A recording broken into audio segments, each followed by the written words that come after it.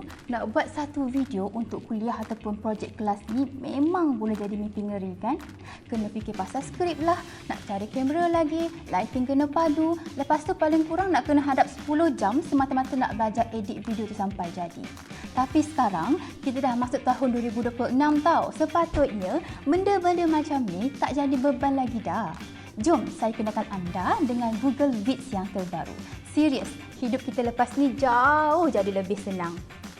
Okey, yang pertama, kalau kita jenis yang buntu bila tengok timeline kosong, relax dulu, relax. Jangan panik. Kita cuma perlu bagi tahu je dekat Vids ni apa yang kita nak buat. Dah macam ada personal producer tahu kat sebelah kita. Dia tolong siapkan skrip, susun babak dan siap bina storyboard lagi untuk kita. Semuanya dalam beberapa saat je.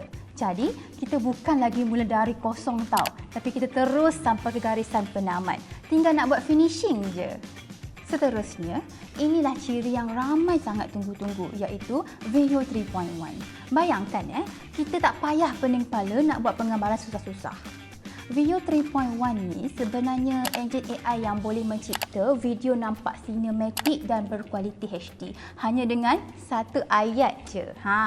Kita type je apa yang kita nak dan zus, terus video nampak macam filem. Memang betul-betul memudahkan kerja tau. Dan paling best, untuk yang jenis pemalu ataupun camera shy kan, kenalilah AI avatar. Lepas ni, tak payah pun nak berdiri depan skrin ataupun nak fikir pasal makeup. Pilih je AI yang kita suka, pastekan skrip yang kita dah sediakan dan avatar akan tolong sampaikan pembentangan dengan mantap sekali. Bukan tu je tau, ciri ni juga boleh translate kuliah kita lebih 40 bahasa. Memang gempak. Gerakan bibir avatar pun akan nampak selari dan natural ikut bahasa yang kita pilih. Semuanya boleh buat dengan tekan satu butang sahaja. Memang senang betul. Jadi, boleh nampak kan, Google Vids ni bukan sekadar alat biasa. Dia macam super power yang baru untuk dunia pendidikan. Idea kita tetap nampak gempak dan original, tapi beban kerja tu jauh lebih ringan sebab AI dah tolong mudahkan.